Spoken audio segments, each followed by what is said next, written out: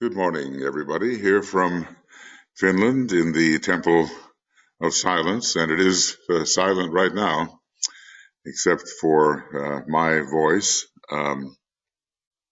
We are continuing with our Dissipation of Glamour Initiative, and we are working on the technique of the presence.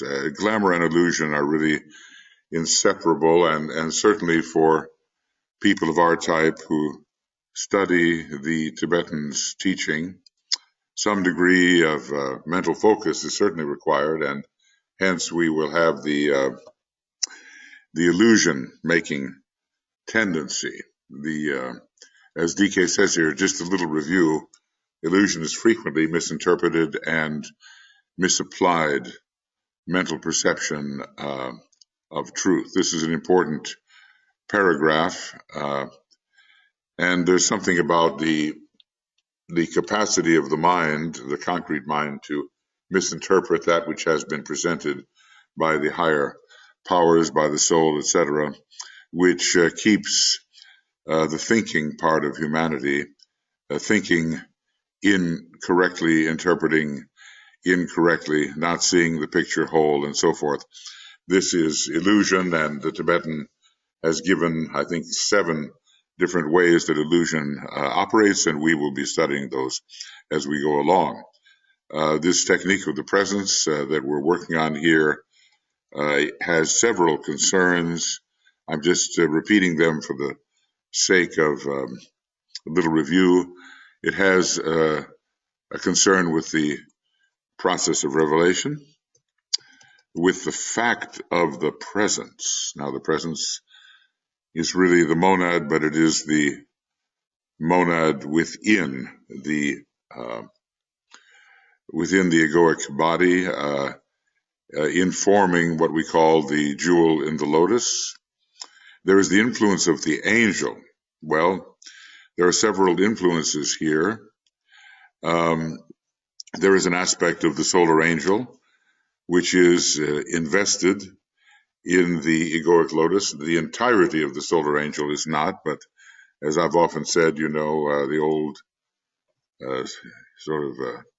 Indian from India statement, having pervaded the entire universe with a fragment of myself, I remain. So a certain aspect of the solar angel, which is fully conscious, is within the egoic lotus, and sometimes this is called the angel of the presence, and especially when it combines with the influence of the monad, but it has to reveal the monad. And in the story of the Blessed Ones in Esoteric Psychology, Volume 2, especially under the 5th ray technique, we have some important hints about the revealing of the monad. The technique of the presence concerns also the reaction of the intuitives throughout the world, and they are presenting the next phase of truth, and we have to learn to move from manas to buddhi so that we are examples of buddhi manas. And it concerns as well the response of the thinking world to the presented truth.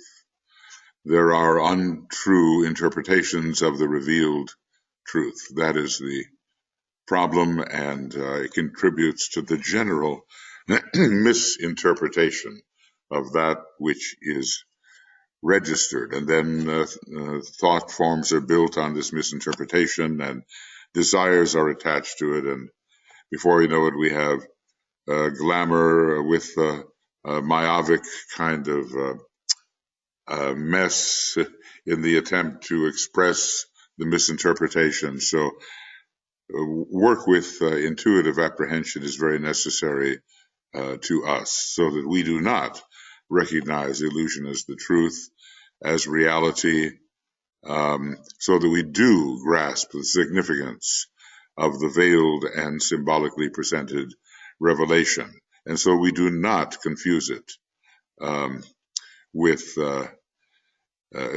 so that we do not allow confusion to enter and misinterpretation.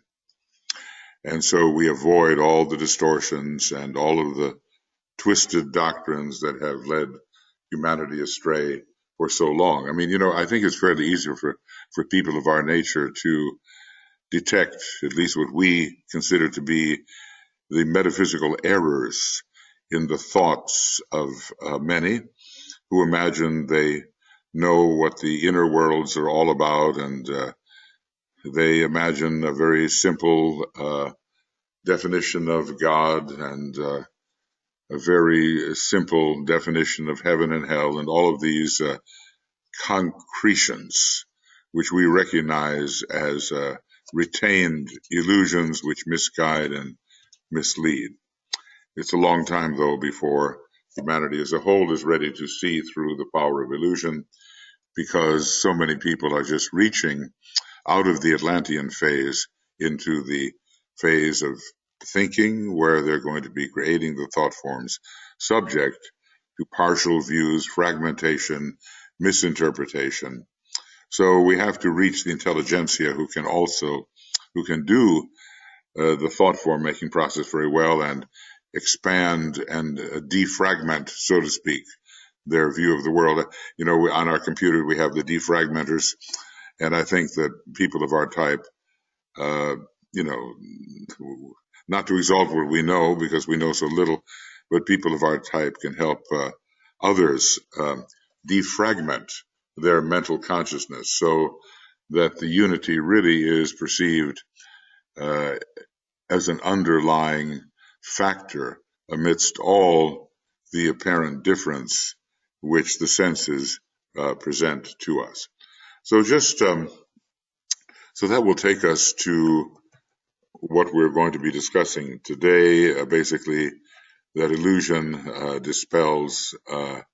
intuition dispels individual illusion. When we're dealing with intuition, some of it, of course, makes its way into the egoic lotus through various of the petals, and works out through the interior group of Buddhic petals, the formation of which comes from the Buddhic plane, the so-called synthesis petals, and on into the second petal configuration of the sacrifice petals, and through the love petals and so forth. But the real origin of it, the immediate origin of it, the proximate origin of it is the intuitional plane, excuse me, and especially the fourth sublevel of the intuitional plane. And then, of course, we cannot say that what we call intuition is missing from the monadic plane or from the cosmic astral plane above. If anything, it's more intense there. Maybe we call it by other names, but it is an immediate apprehension of the truth without the convolutions of the often incorrect reasoning process. Okay, now what I'd like to do, just for a moment here, I'll be right back.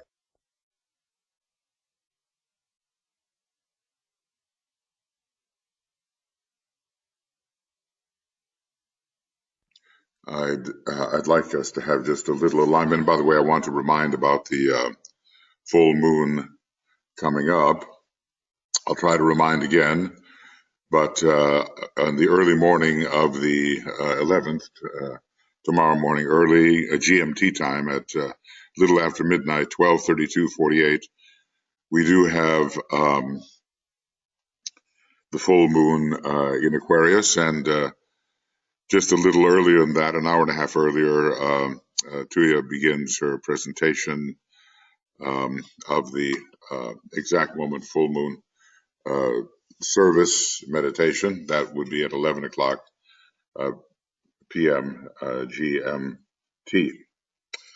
So, hope you can join us if you don't have other things that you are committed to do on behalf of the full moon, but I hope you are definitely committed to the exact moment full moon process, because as DK tells us, a door opens at that time. He says it is as if a door opens at that time, and energies and streams of consciousness are made available at that time as never before in the month. So it is a great advantage, and it helps us build our causal body, our egoic lotus, with the qualities of the sign in power. And heavens, we all need this Uranian ability.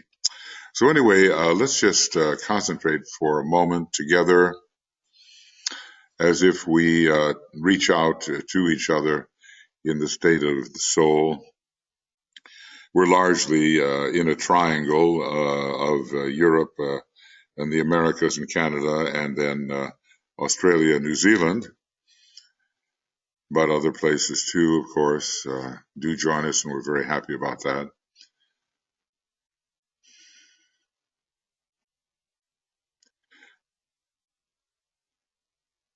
And we are a subjective working group, working on improving our character and being rid of the distortions and the wrong desires and the wrong interpretations which compromise the quality of our consciousness. We do that individually.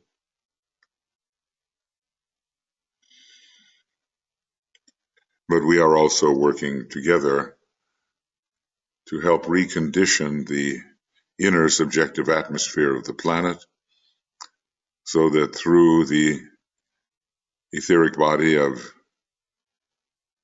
triangles, increasing number of triangles, the truer view of reality can descend into our everyday world and reframe our understanding of that and help people go after worthy goals and help people understand the nature of things in a less distorted manner.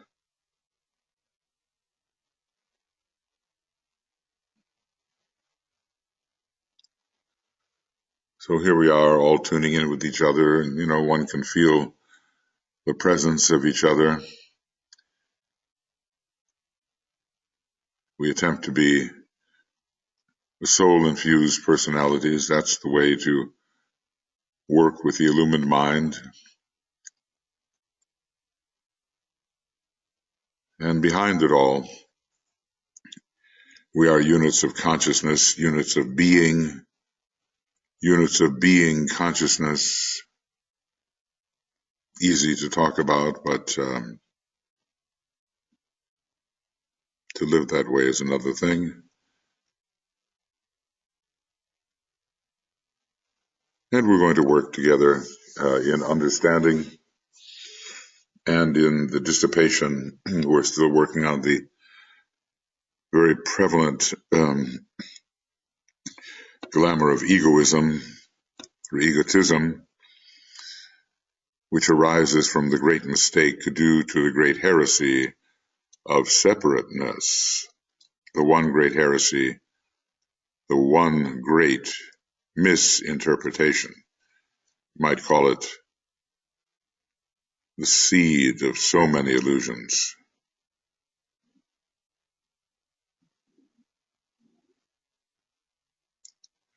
So we're working on that. We worked on the glamour of hatred, the glamour of separateness, but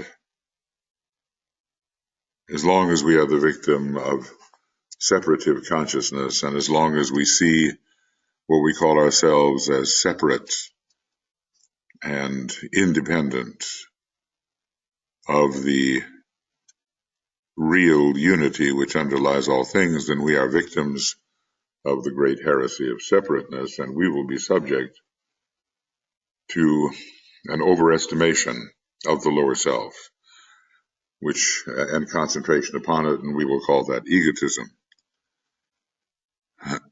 So we have to learn, says the Tibetan, to take our eyes off the little personal self.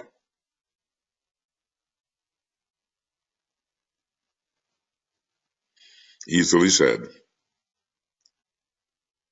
and years to accomplish. We'll just sound an Om affirming our cooperation with each other in this field of consciousness.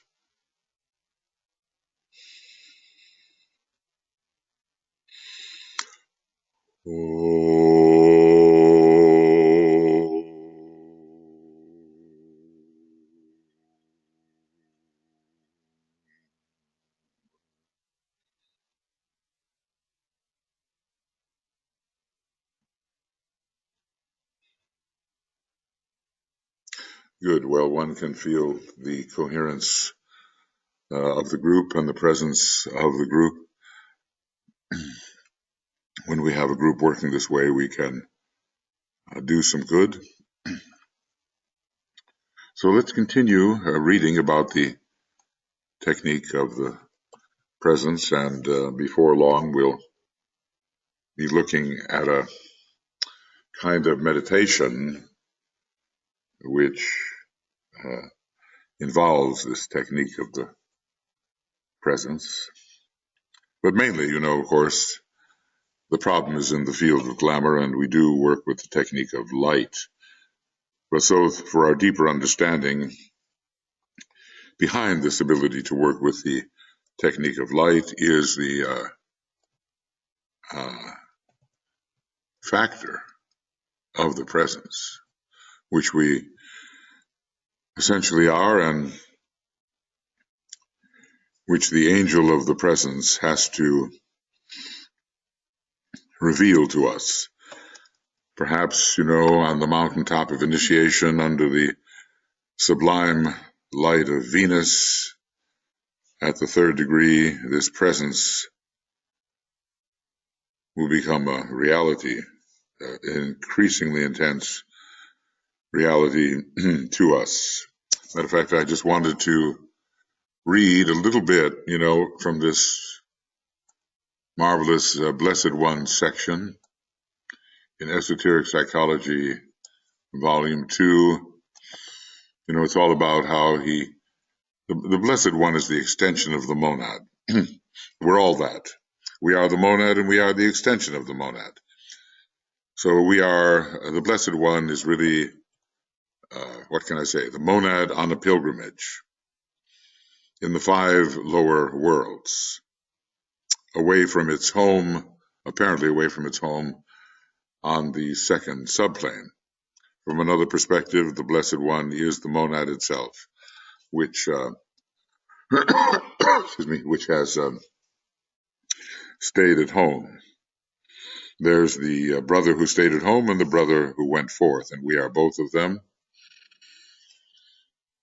So the Blessed One came forth in ignorance. This is a long time ago.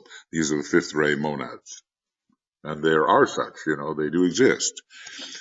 He tells us that the path of magnetic work on the way of higher evolution is 5th ray people or 5th ray monads frequently take this path. What an interesting idea that there are 7 types of monads as well as 3 types of major monads into which the 7 resolve eventually.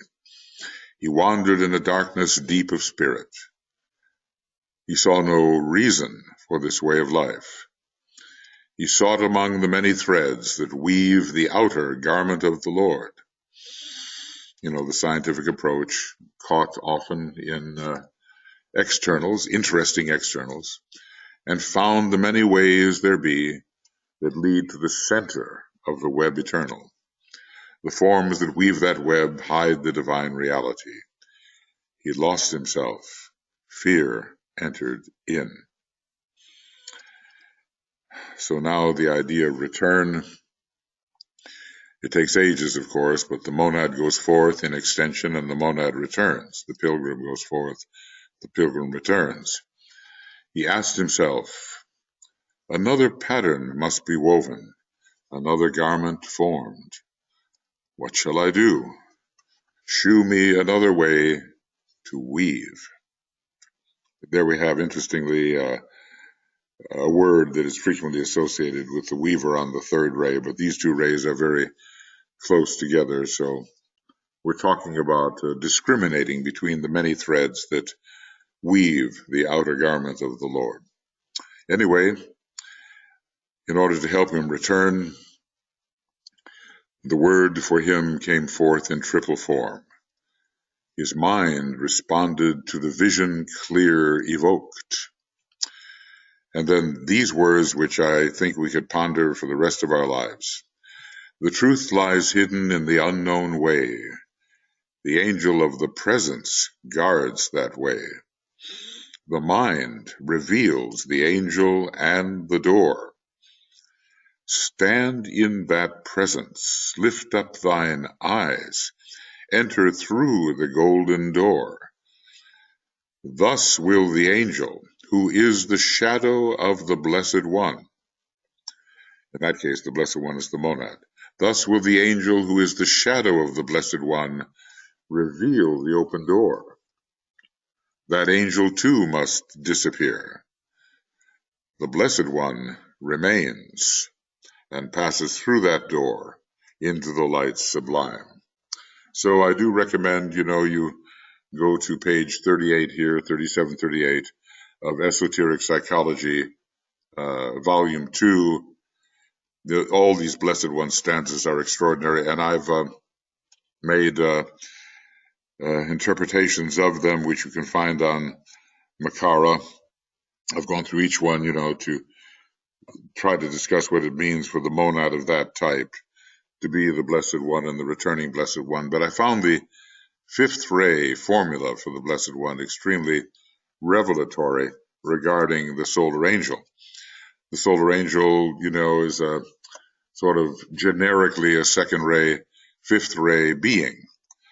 And it does, in a way, introduce the immersed monad to its source, the actual monad on the higher plane. That's what it means to go through that golden door. And, of course, the presence of the solar angel and the monad's work on the higher mental plane, especially on the second and third subplane, does disappear when the causal body is destroyed at the fourth initiation. Even though the monad keeps the triad and even the point on the highest level of the mental plane, the first subplane, which is the lowest point of the triad. So after the great conflagration, or however you imagine your causal body to be destroyed, there are 7 different ways to do it. And if you want to find out how it is done, just go into Letters on Occult Meditation. The first few pages, around page 15, 16, 17 in there, you get your choice of how you want your causal body destroyed, the egoic egg, scrambled, sunny side up, whatever you like, and according to your ray. And then when all of that is dissipated, the Blessed One, who is the extension of the monad, rises into the spiritual triad and eventually returns to the higher Blessed One, the monad itself. And when we're speaking about the presence, the technique of the presence, what is the presence? Are we the presence? How do we become fully cognizant of our source, which is the great presence underlying all things? This particular stanza is really, really good. Okay. Today we have reached a crisis in the field of human apprehension and can now enter into a new era wherein illusion can be dispelled. Notice the words, the dispelling of illusion, the dissipation of glamour, and the dispersion of Maya. Where illusion can be dispelled and thinkers can begin to register accurately and without misapprehension that which the intuitives convey to them. Okay, so, in the world scriptures, there are all these intuitive registrations, and people with a concrete mind come along, concretize everything, and don't see the revelation for what it is. So if we learn how to register accurately and do not grasp in the wrong way what comes from the higher worlds, even from our own intuition, we will be rid of the first phase of illusion. So thus will we be rid of the first phase of illusion. There are many phases, and the whole universe is the Mahamaya. The whole universe is an illusion in a sense. So that's philosophically interesting, but of course not of great use to us when we talk about the common mistakes in interpretation and thought which we make and which are known as illusion, and we can do something about it. This statement about registering accurately and so forth does not yet apply to the general public. It will be a long time before they respond without illusion, because illusion is based on the thought form building activity of the lower mind. And excuse me, let's see if I don't want to lose that. So now we begin to know, we can see why in the Yoga Sutras, the mind, the lower mind, must be stilled so that the higher worlds can be reflected without fragmentation and distortion. That's how we see things. Everything's split up, things unto themselves, as if they have what the Buddhists would call own being, O-W-N, but they don't. Nothing has own being. Everything is an extension of one being. So everything has to be put back together and not split up in order for us to see things as they are. So the general public will not respond yet. It will not be capable of dissipating illusion because they're just getting into the business of using the lower mind more actively. And that's wonderful, and it also causes its complications. The masses are just beginning to use the lower mind, emerging from the mass consciousness in Cancer and then entering Leo, which is the fifth sign and thus correlated with the fifth principle of the mind.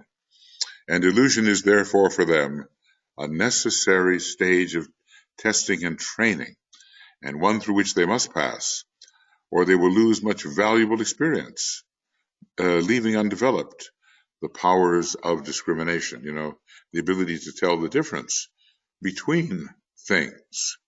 So, the people, they simply must go through this phase, and we have to be ourselves discriminating as to who is at the stage who can be helped to see through what the lower mind has created of fragmentation and misapprehension. When you come to a person who's just learning to use that, well, sufficient unto the task is their effort. They have to go through that, and the person who has gone through that has to be discriminating and allow them to go through it and not burden them with excessive the attempt to describe higher states for which they are not ready. So the power of discrimination. We need discrimination too. For us, it's not just so much telling one thing from another.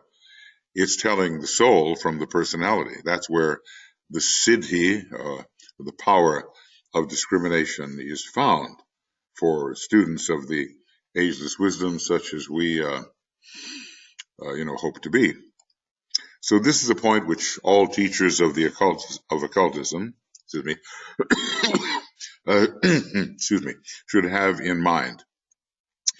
It is essential, consequently, that the masses, under the sign Cancer, the emotional and physical nature, are taught the significance of illusion and be trained to see and choose the kernel of pure truth. Now, in a treatise on white magic, there are 15 counsels, and I think the second one is view the world of illusion, and in its midst locate the golden thread of truth. The beginning can be made so that we do not wander in illusion lost. We can instruct in the beginnings phases of this. So anyway, the significance of illusion, and train to see and choose the kernel of pure truth in any presentation of truth with which they are confronted. Now, it takes a long time to do this, but the minds of the people do have to be trained, and the third ray and the fifth ray are very useful in doing that.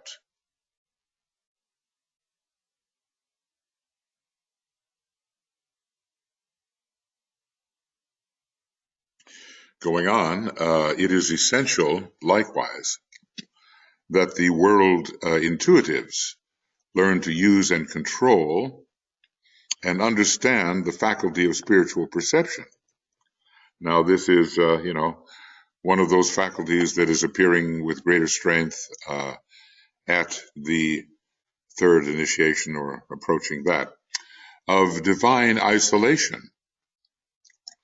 It reminds one of isolated unity, where we do isolate the unity that ever is and is so often missed, and appropriate response which characterizes the intuition. So the intuitives have somewhat to learn here to use and control and understand the faculty of spiritual perception, of divine isolation, and appropriate response which characterizes the intuition. Everybody has their own curriculum.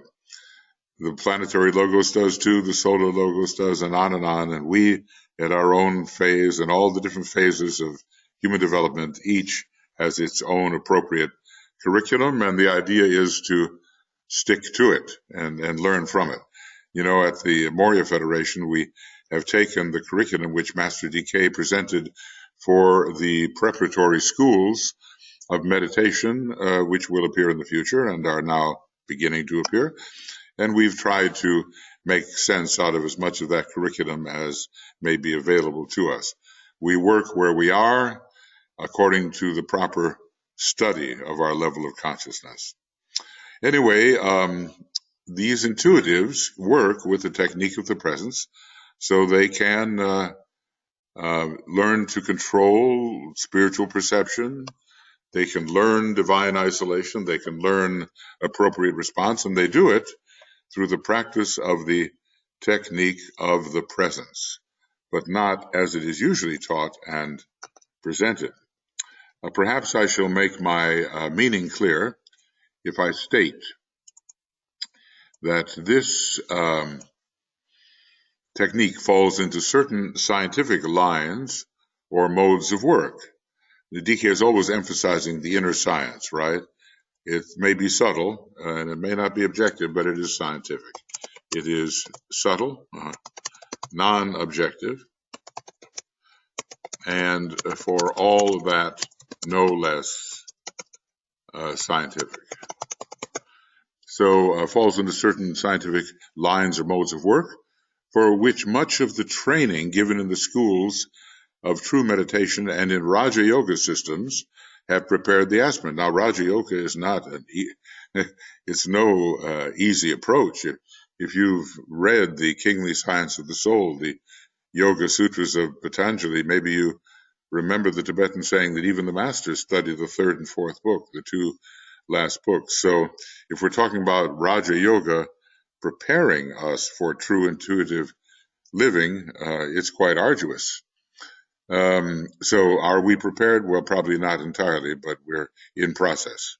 These stages begin where the usual formulas leave off and presuppose, and now listen, we'll listen to this, presuppose facility in approach to the angel or the soul, and an ability to raise the consciousness to the point of soul fusion. Well, we have to study in esoteric psychology too, the ability to do this. If we're going to understand the technique of the presence, none of us is totally soul infused.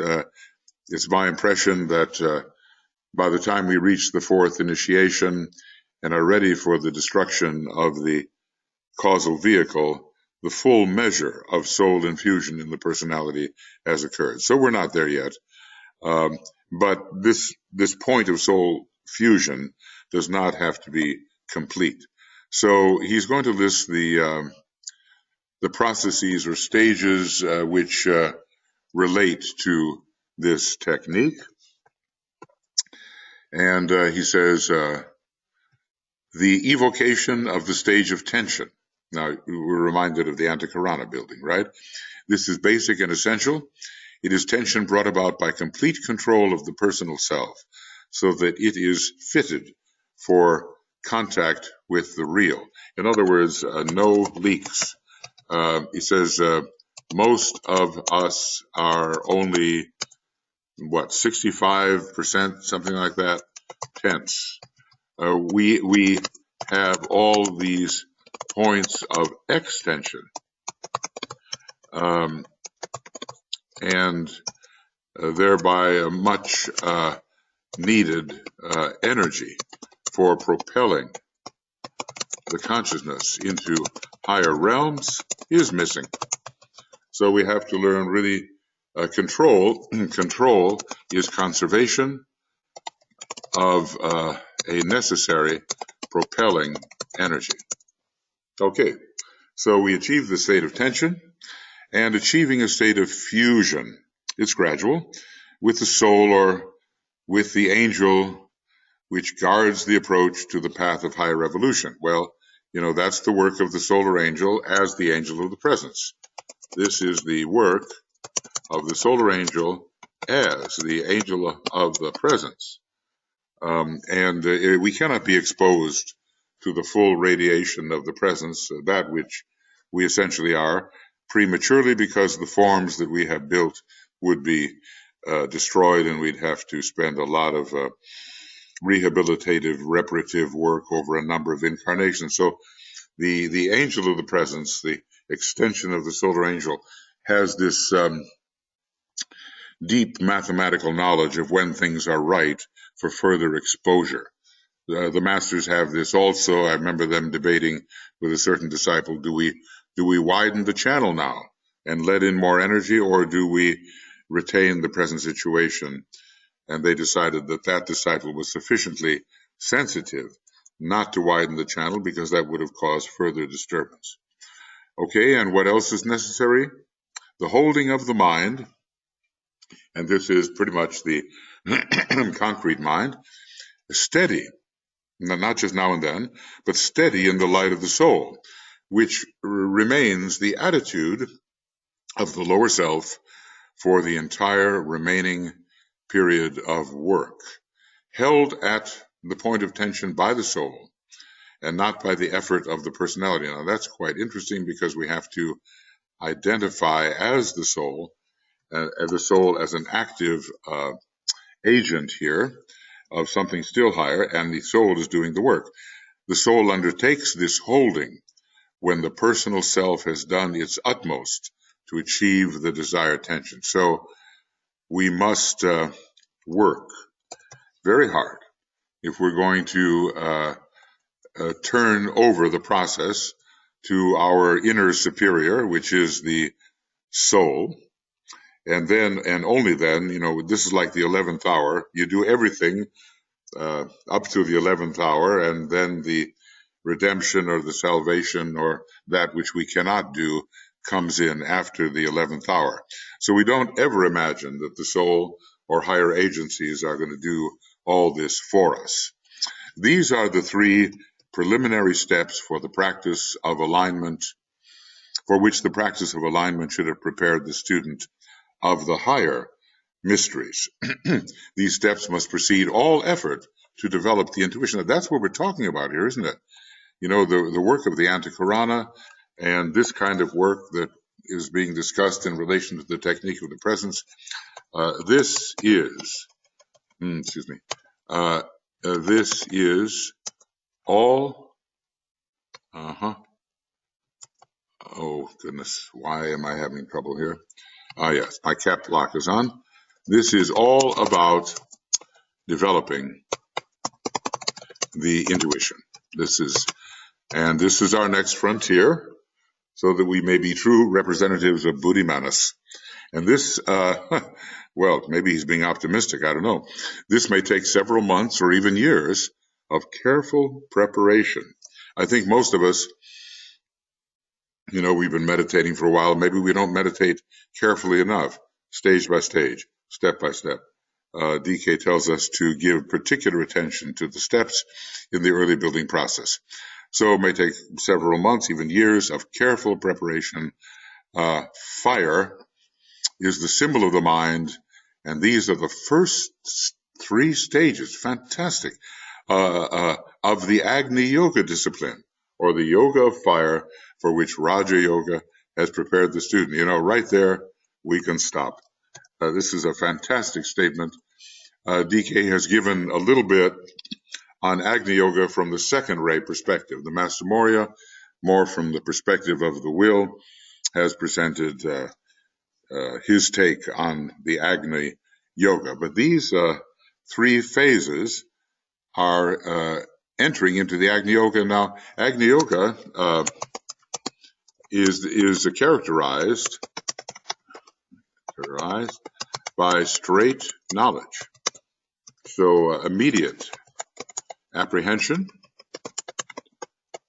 and it transcends the ordinary, the reasoning power. So we're going to, continue with this as we continue to work. Now, in our new schedule, Tuija has prepared a schedule for the Ask program, and it includes also some of the webinars we're doing, and we're going to be doing some new webinars on the triangles work, which is so vitally important, but they will be partially academic webinars, like this webinar on glamour, Dissipation of, is partially academic. Sometimes it'll just have to be the meditation itself, but sometimes we can talk about that great book, Glamour World Problem, and then the same is available for our work that I've just been talking about. Having a senior moment here. Yes, triangles. Sorry.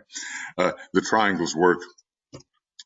We will discuss that from the esoteric astrological perspective. DK gives us about 100 pages there in the book Esoteric Astrology, and we'll go over that quite carefully, as well as, of course, do the usual glamour meditation, and we will continue with the very practical work of triangles. We'll continue with the practical work of triangles every Wednesday, but every once in a while there'll be additional work from an academic perspective. So I don't want to do too much here. I've already talked for quite a while. I want you to have a chance to give your response. So this is going to be the end of Dissipation of Glamour Initiative, the readings of number 33. And our day here today is the 10th of February, 2017. And let's see,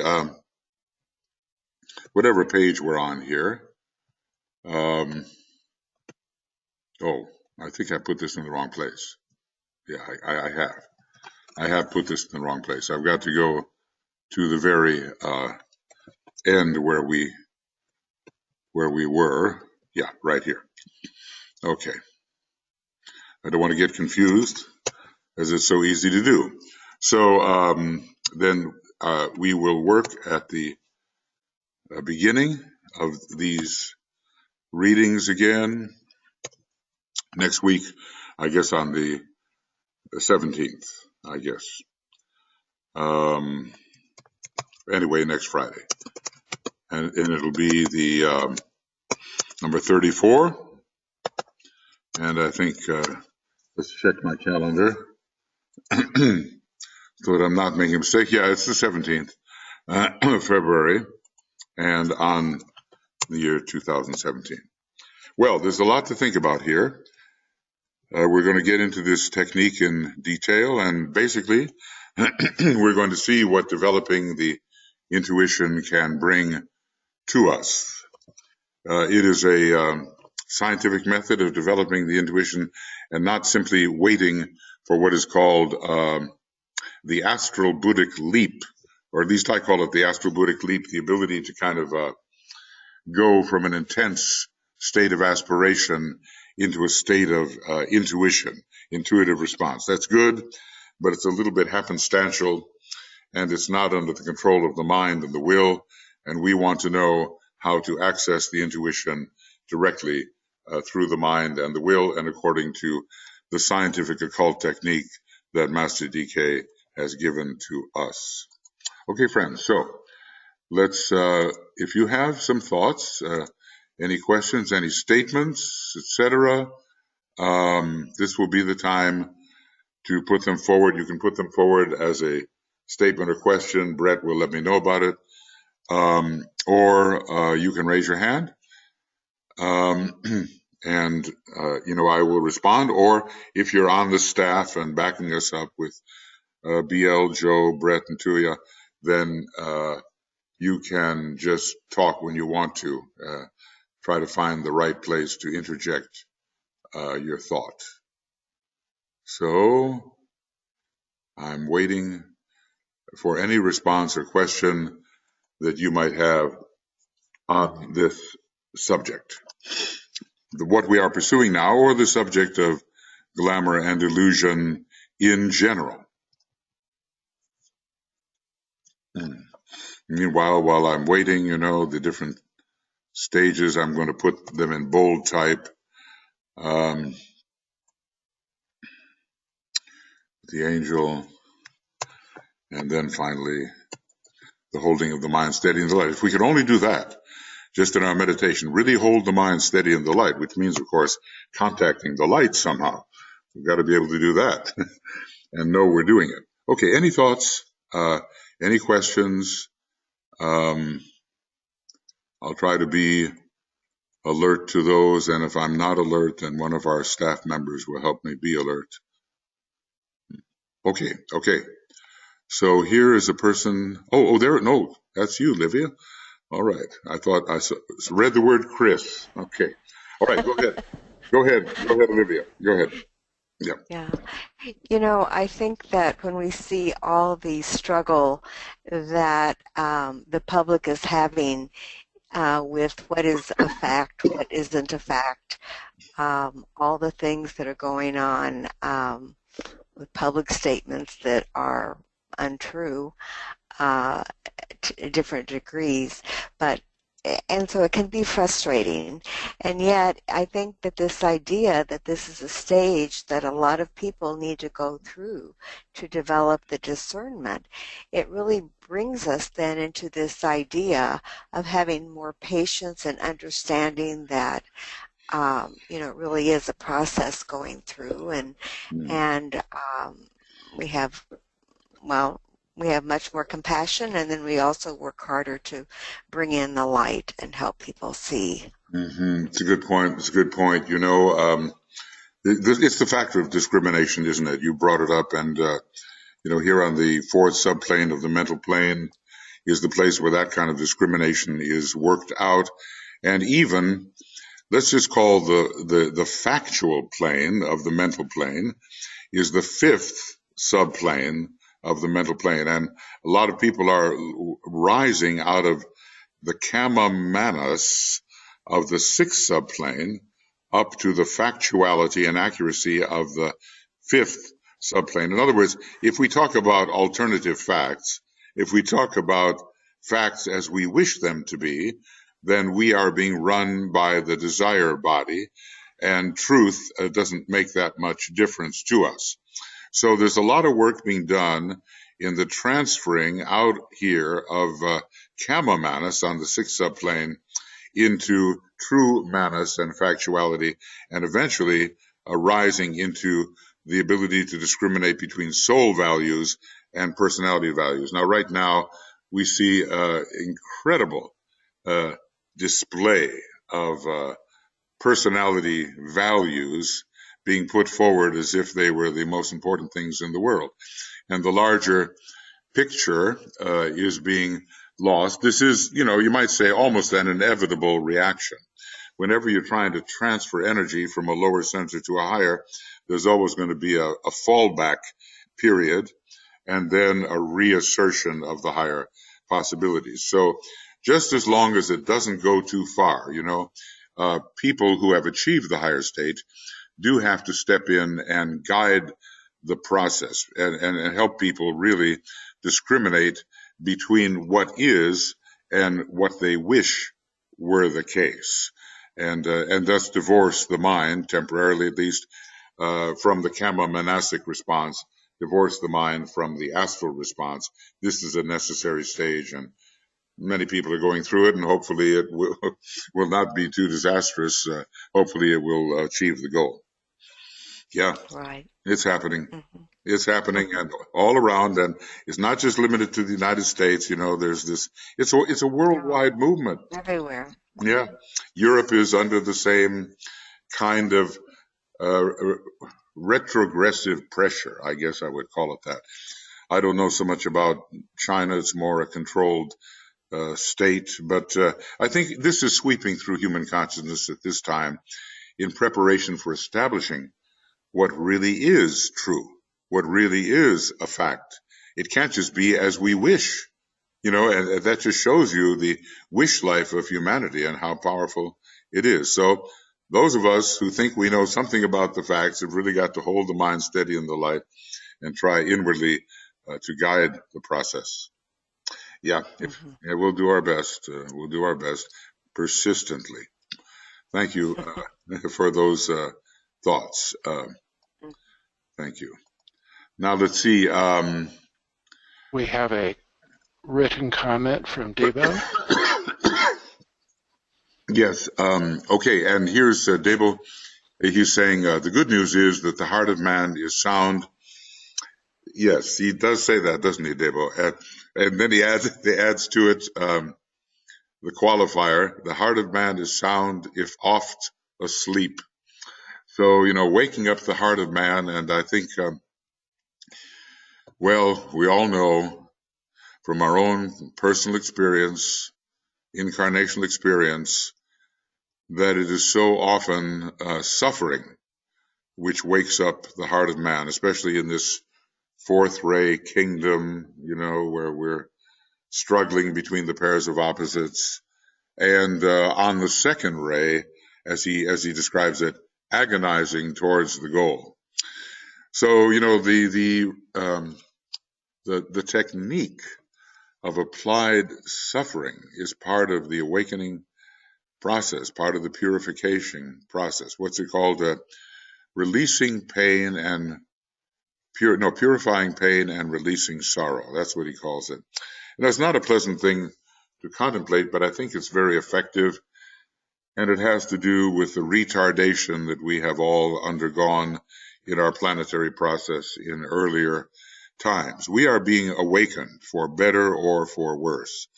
And we will feel the excruciating pain of that awakening and then the joy and the bliss of it. But we just have to be ready to have the veils kind of, stripped away. And if we're holding on to them for dear life, then it's going to be a painful process.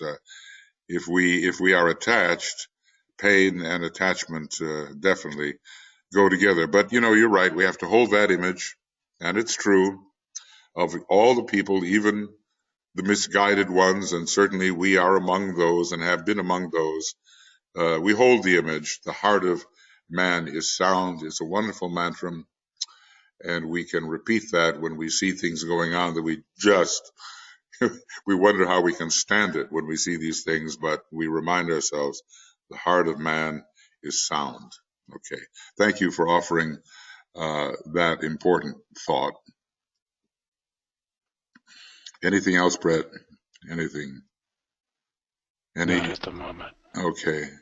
Well, this work on the presence, this is not easy work. As I read it and think about it, I say, well, what does he mean? What does he mean? Because these are factors which are beyond our normal experience, and yet we're expected to register them as realities increasingly as we purify ourselves and remain open to the inflow of those energies which create soul infusion. We're expected to register this infusion as if it were a reality. In fact, it's a higher reality. So, we have our work cut out for us. We cannot go along with our normal, dull consciousness, you want to outgrow that kind of thing. And sometimes it's not easy to do, but the only way we're going to be of any help is to work towards developing the exquisite consciousness that the masters possess so that they can help us. So it is, you have to, what does he say? You have to shake the man plant so that all the clogs and the clumps of dirt, they just fall down and we're no longer attached to the soil in that way. But we have a cleansing process.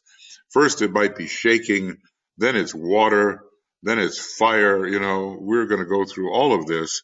And of course, we're in process right now. Any other thoughts before we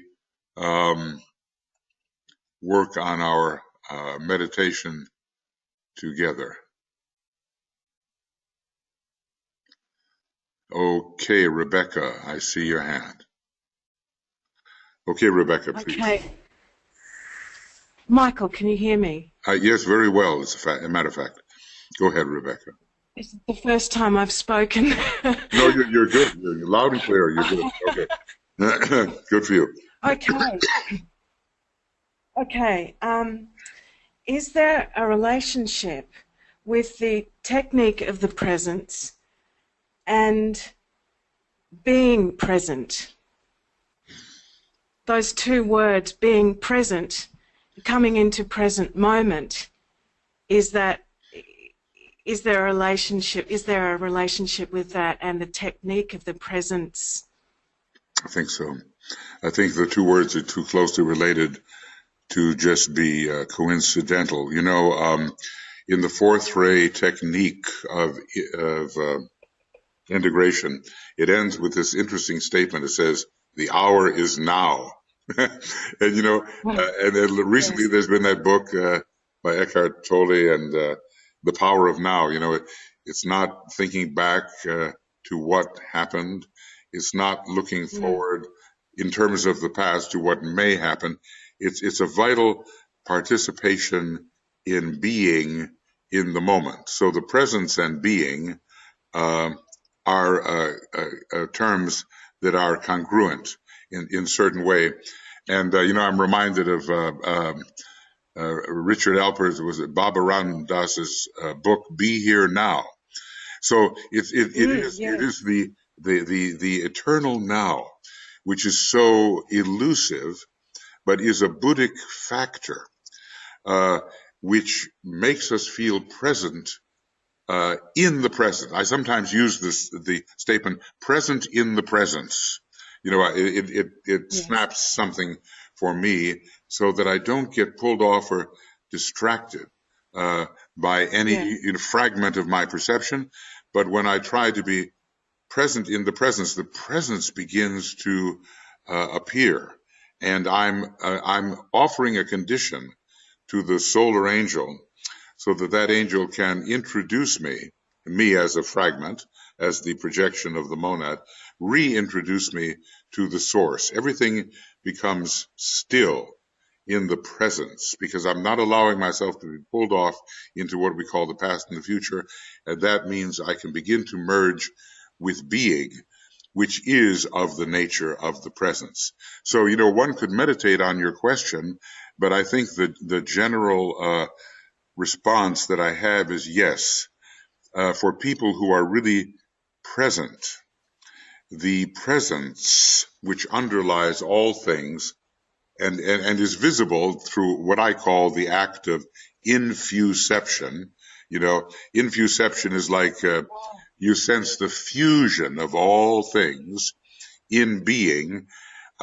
These two, it prepares us for a more reasonable, impactful relationship with this great fact of being which we are. So how do we learn to be present? And of course, part of it is simply being still, and part of it is beginning to sense that there is, in the words of the poet, something far more deeply interfused.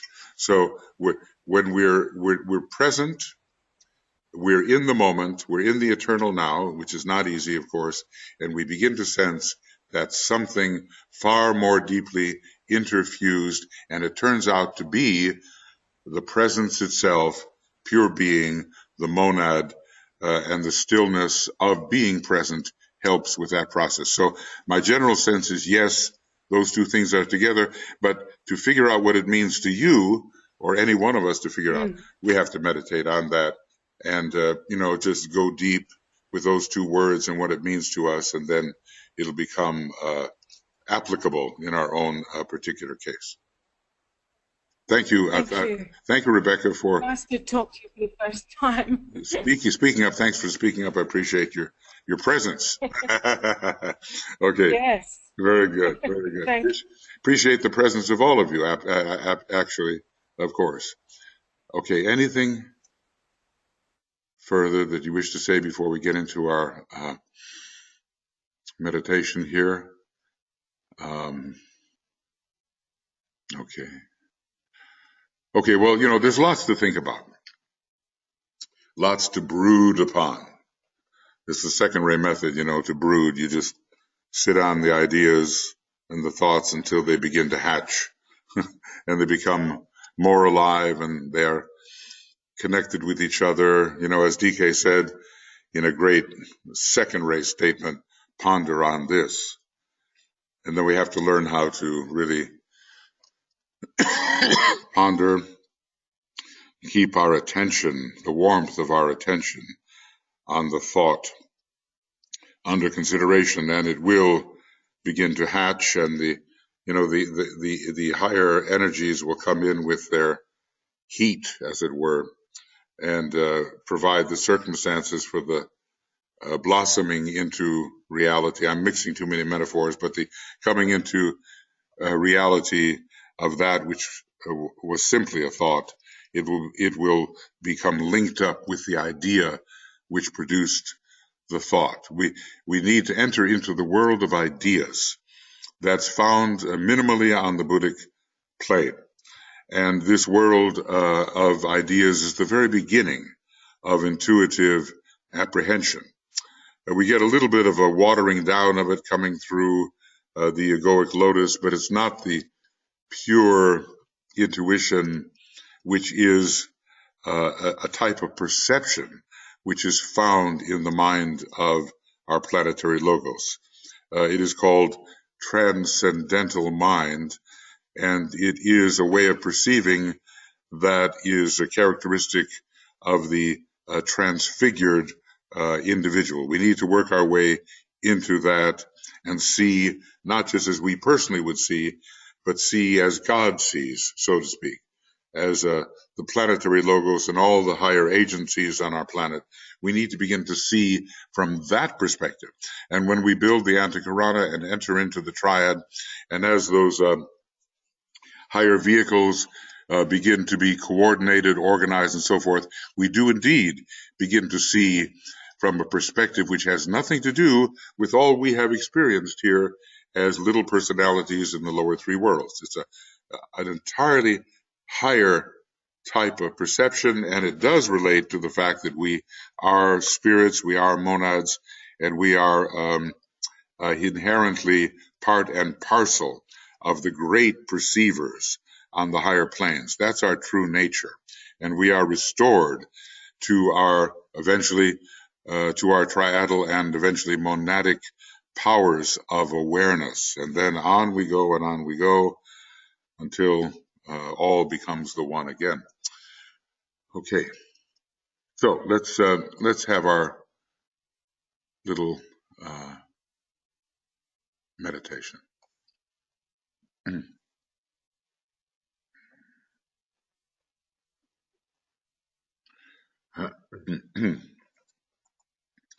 Now, this inclusive view that I've been talking about, where we look at anything and, well, if I can, use that coined word, we look at anything infuceptually, as if there was a great fusion underneath it all. This is a great task and involves realizing that we are not only present, we are the presence itself. Now, what really does that mean to us? We start out by being present in the presence, but in that light we shall see light, and we shall realize that that which is present is the presence itself, which we are.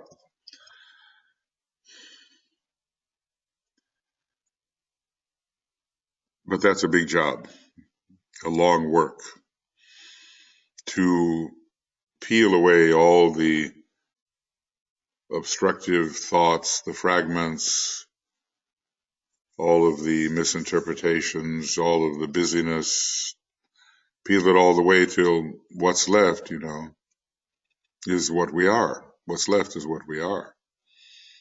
The presence which has ever been throughout every universe. Well, those are the high philosophical thoughts, but we have to make them realities in the way we perceive life, and it's so easy to get distracted and pulled off and thrown back into the mundane world, which has to be dealt with, and having astral and chemomonastic reactions and all the rest of it.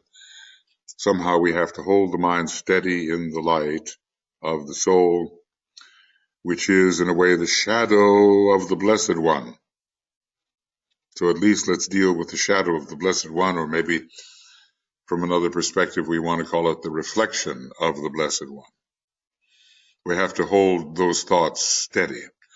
Now, maybe, in Aquarius, which is such a universal sign, very inclusive, leaving room for everybody, the coat of many colors, the rainbow, and all the rest. Maybe under the growing influence of that, toward the coming full moon, tomorrow morning GMT at 12:32:48, right after midnight, maybe some of that sense of the all-pervasive, inclusive presence can begin to dawn on us more impressively. Anyway, we will persist until we re-become what we always have been. So, we are gathered together, almost 40 of us here, coming and going, and we think of each other as aspects of the one soul.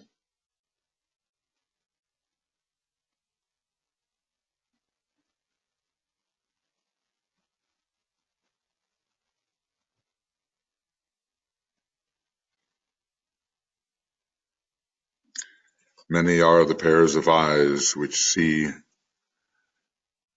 through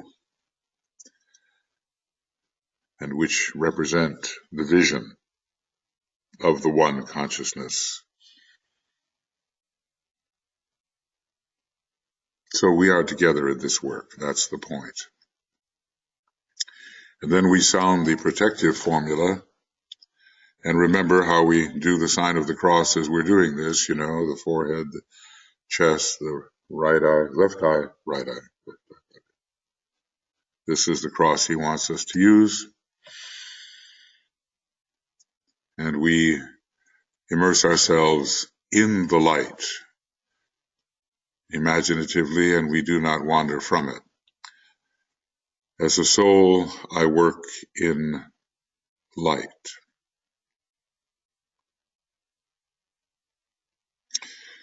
And darkness cannot touch me.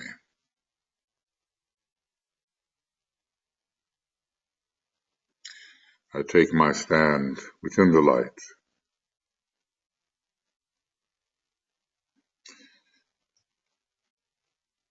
I work, and from that point, I never move.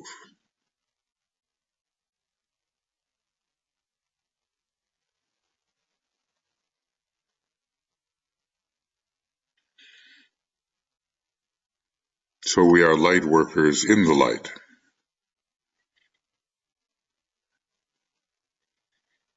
And that is our protection, because the glamours we seek to dissipate are born of darkness, are born of ignorance, and light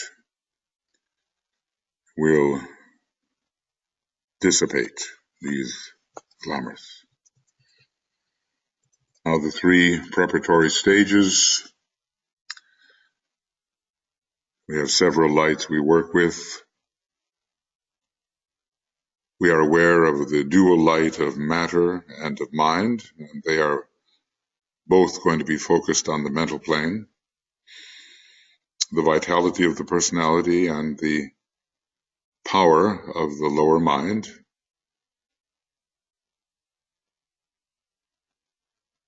The vibration of matter, the vibration of the lower mind. Light is vibration.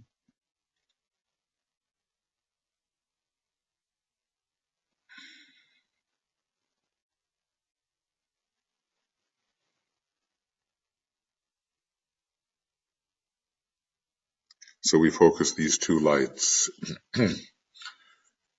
on the plane of mind within our mental body, thus within the group mental body. Then we meditate for a moment on soul contact. However we want to visualize that or touch that, and we seek to recognize soul light.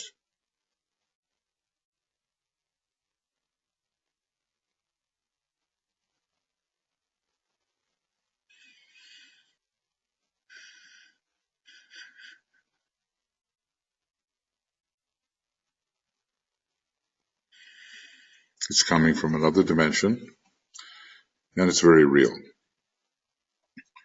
And then we fuse, actually, or through the imagination, we fuse the two lesser lights with the descending soul light. We bring them into a fusion on the plane of mind. Soul, the light vibration of the lower mind, the light vibration of matter, all coming together, the triple light.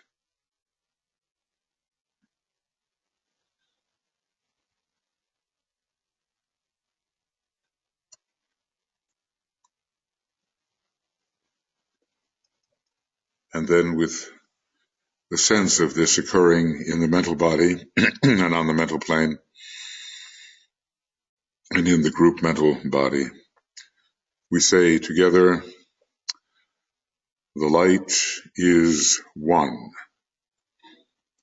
And in that light shall we see light. This is the light that turns the darkness into day.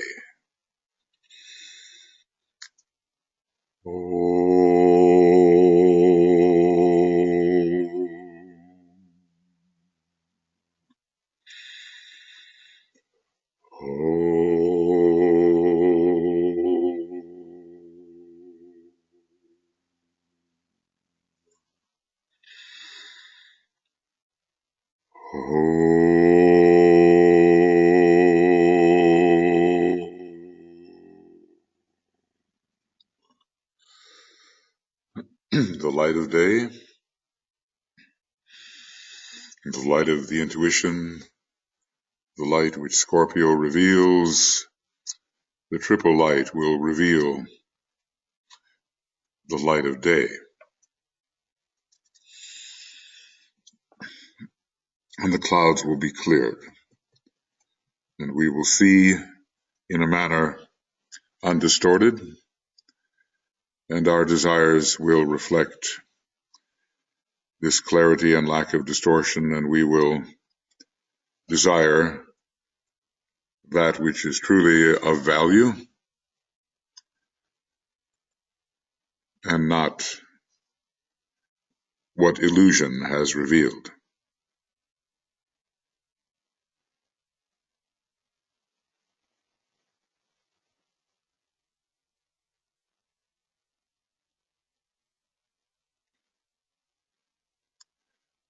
And then we enter the formula and we say together, As a group, we visualize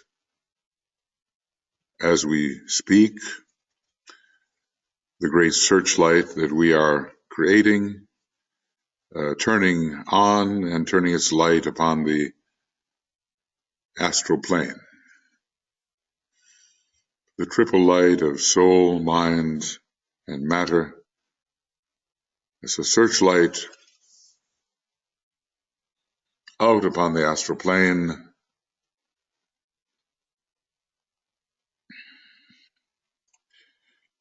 accompanying the words of the formula. A radiance and power are we. We stand forever with our hands stretched out, linking the heavens and the earth.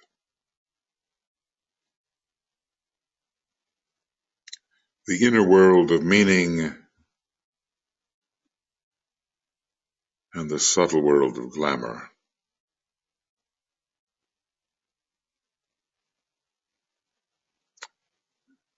The world of the soul is the world of meaning.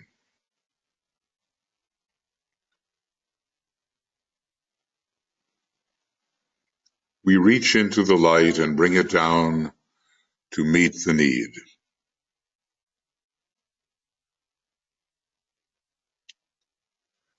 We reach into the silent place and bring from thence the gift of understanding.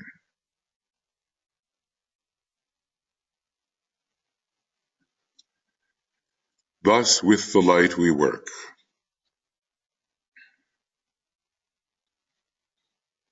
and turn the darkness into day.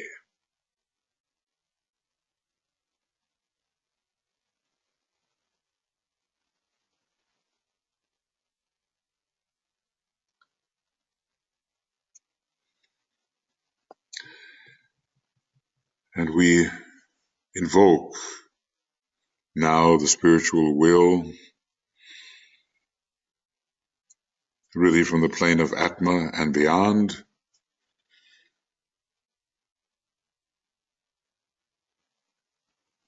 We invoke the spiritual will through willingness,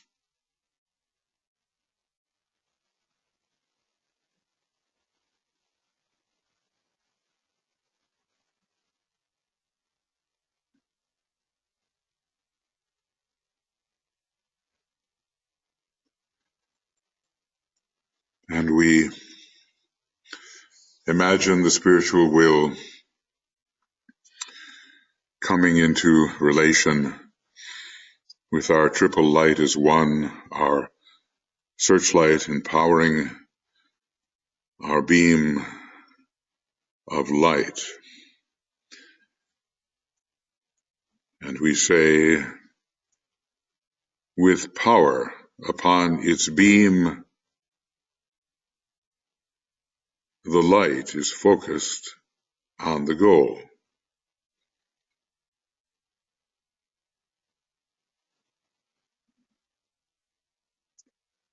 And so we imagine our searchlight empowered and the goal, the dissipation of those clouds of glamour which produce in the consciousness of the human being the egotistical response, born of the misperceptual mistake of egoism, mistaken identity.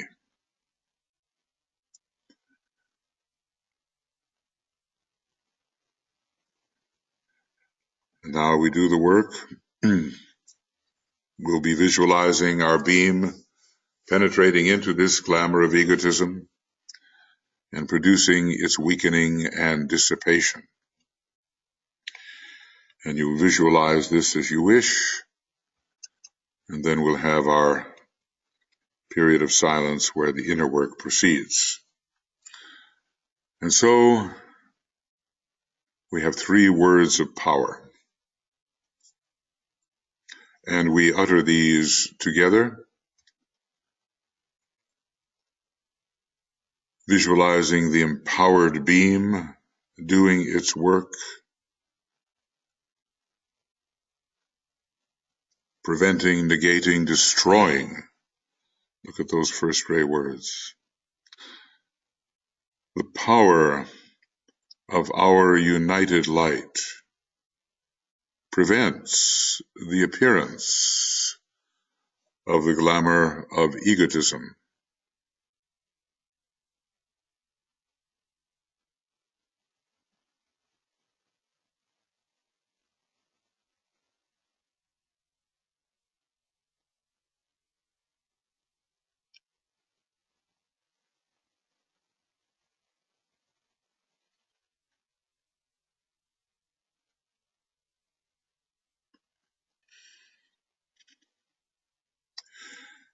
The power of our united light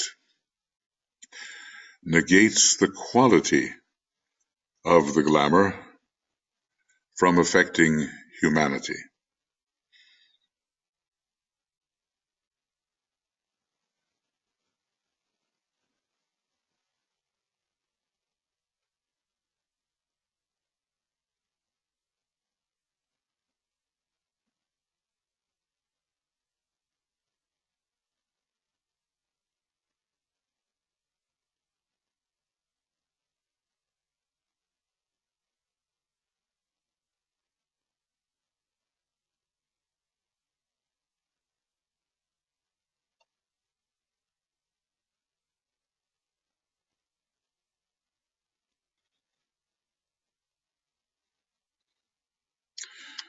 The power of our united light destroys the life behind the glamour.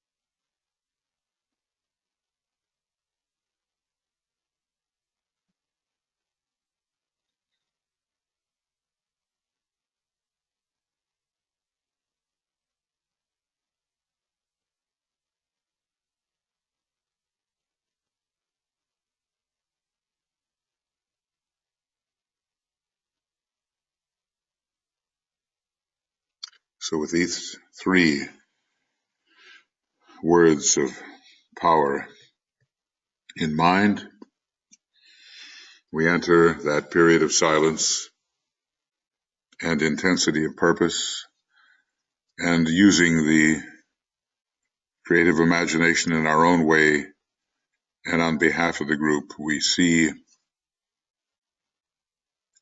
this work of preventing, negating, and destroying proceeding.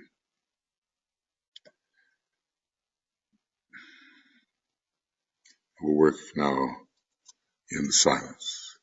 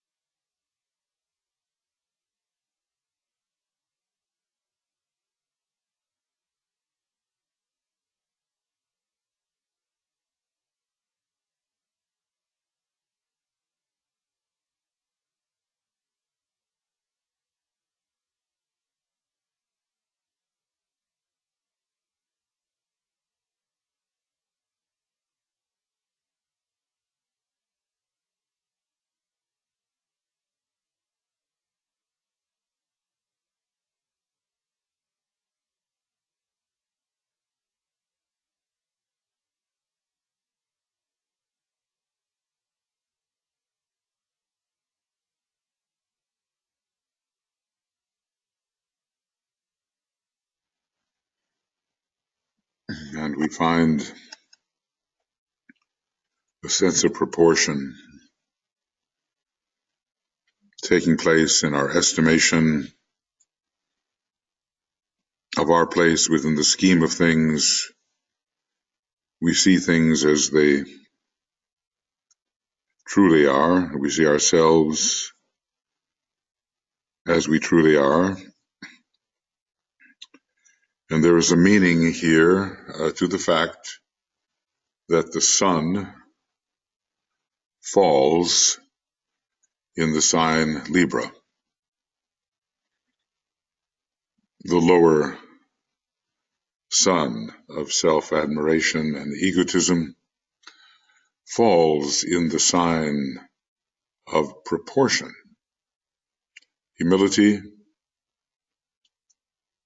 an adjusted sense of right proportion.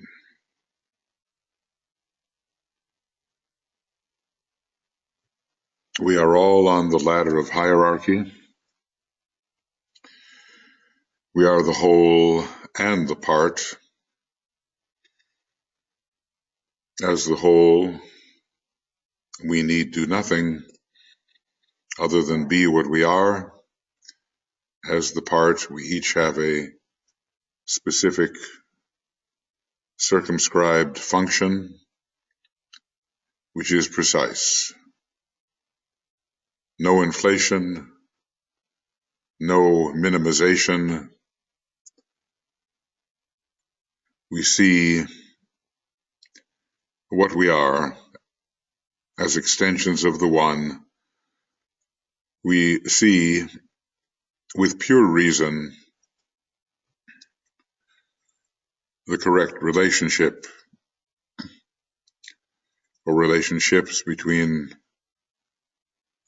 the little self and all other factors to which it may relate. And thus the sun of truth shines, the sun of true identity shines, and the lower sun of egotism falls. And people in Libra learn right human relations and the golden rule, and they treat each other in the way that Christ would have us treat each other.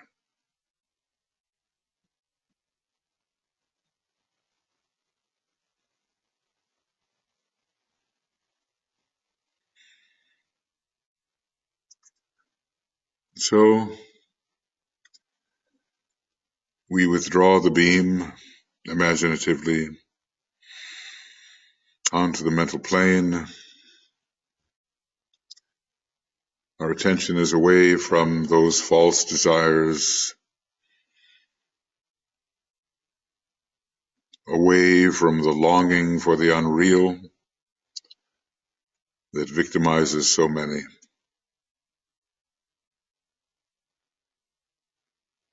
And we turn the searchlight off,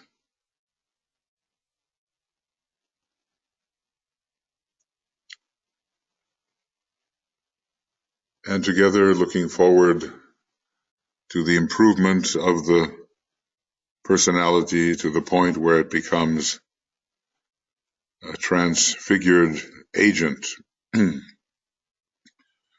of the soul we have consciously re-become. Together we sound the Om 3 times. Mental, emotional, physical.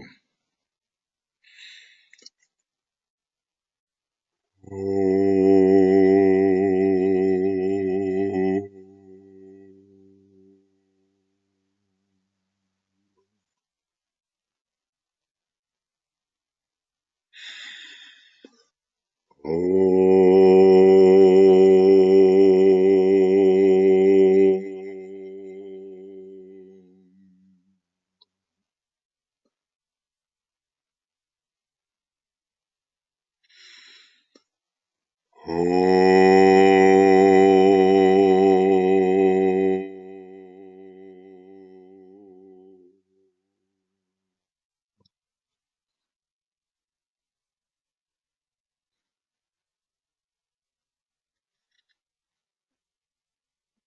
so, friends, we work in the light. In Aquarius, we'll be dealing with the light which shines on earth across the sea, a universal light which brings the higher ethers into the everyday world. It's a healing energy, cleansing the stables that have long accumulated the residues of 3 levels of the personality. It's an important time. Keep the impending Aquarian full moon in mind. Make sure you are in meditation at the time of the exact full moon.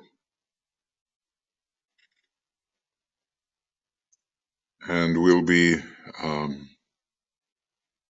decided that, on the day before, the day of, and the day after the full moon, we will concentrate on that and suspend, under most circumstances, the Ask programs.